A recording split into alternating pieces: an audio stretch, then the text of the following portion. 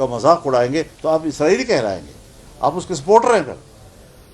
تو اگر وہاں کے علماء فتویٰ دے سکتے ہیں تو ہم نے ان کے فتوے کی تائید کی ہے. لہذا پاکستان کے اندر علماء نے اگر کہا ہے کہ یہاں پر مسلح جنگ نہیں ہونی چاہیے تو جمعیت علماء اسلام نے ان کی تائید کی ہے. تو یہ ساری چیزیں ہر جگہ پر درجہ بدرجہ ہونی چاہیے, یا ایک ہی لاٹھی کے ساتھ ساری چیزیں نہیں ہانگنی چاہیے. لفظ جہاد آ گیا تو پاکستان سے لے کر فلسطین تک جہاد مذاق بنا دیا گیا. کیوں؟ یہاں کی صورتحال اپنی ہے, افغانستان کی. ہم افغانستان میں جہاد کی حمایت نہیں کر رہے تھے, لیکن کیا پاکستان میں بھی ہم کہہ رہے تھے کہ مسلح جنگ لڑی جائے؟ کیا 1979-80 کے بعد 12-13 سال تک یا 14 سال تک پاکستان سے مہاجرین کو ہم اسلحہ دے کر نہیں بھیج رہے تھے؟ پاکستانی مجاہدین شریک نہیں ہو رہے تھے؟ عرب مجاہدین نہیں آئے, تاجک اور ازبک نہیں آئے, ساری دنیا کو ہم نے پاکستان میں اکٹھا کر کے پاکستان کو افغان جہاد کا بیس کیمپ بنایا ہم نے اس کو. جی اب جب معاملات آپ کے اپنی پالیسیوں کی وجہ سے آج آپ ان کو یکساں نہیں چلا سکے, اس پہ تذبذب آ گیا, اضطراب آ گیا, تضادات آ گئے, ان کے آپ کو مشکلات سامنے آ رہی ہیں, تو اس کا حل آپ طریقے سے نکالیں نا. لہذا ہر چیز کو ایک ہی لفظ میں لپیٹ کر مسترد نہیں کیا جا سکتا, نہ قبول کیا جا سکتا. اس تھریٹس کے باوجود آپ کہہ رہے کہ ہم عوام میں نکلیں گے, اور خود آپ نے جو گن لیے علماء کرام کو اتنا ٹارگیٹ کیا گیا, شہادتوں کا سلسلہ, اور آپ کے خود اتنا جو ہے روزانہ آپ کو ریزلٹ جاری کر دیتے, تو کیسے آپ کو دیکھنے کی عوام؟ دیکھیے, ان ساری چیزوں کا اصل مقابلہ عوام خود کر سکتے ہیں. جب پبلک نکلتی ہے تو پبلک کی جو رائے ہوتی ہے اس کا ایک اپنا دباؤ ہوتا ہے, اور وہ جس طرح ہم حکومت پر دباؤ ڈالتے ہیں, جس طرح ہم اسٹیبلشمنٹ دباؤ ڈالتے ہیں, یہ قوتیں بھی تو عوام ہی کے دباؤ سے پیچھے ہٹیں گی. اگر عوام دب گئے, وہ خاموش ہو گئے, پھر تو وہ آپ کے گھروں میں داخل ہوں گے,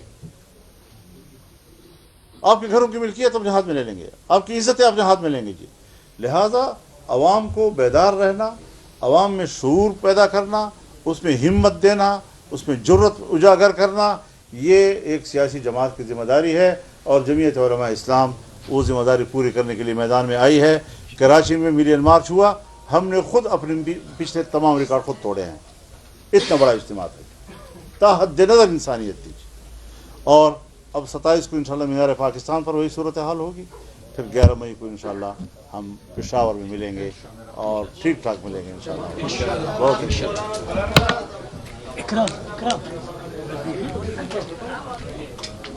سے اختیار کرنا چاہیے, اس حوالے سے ایک طرفہ طور پر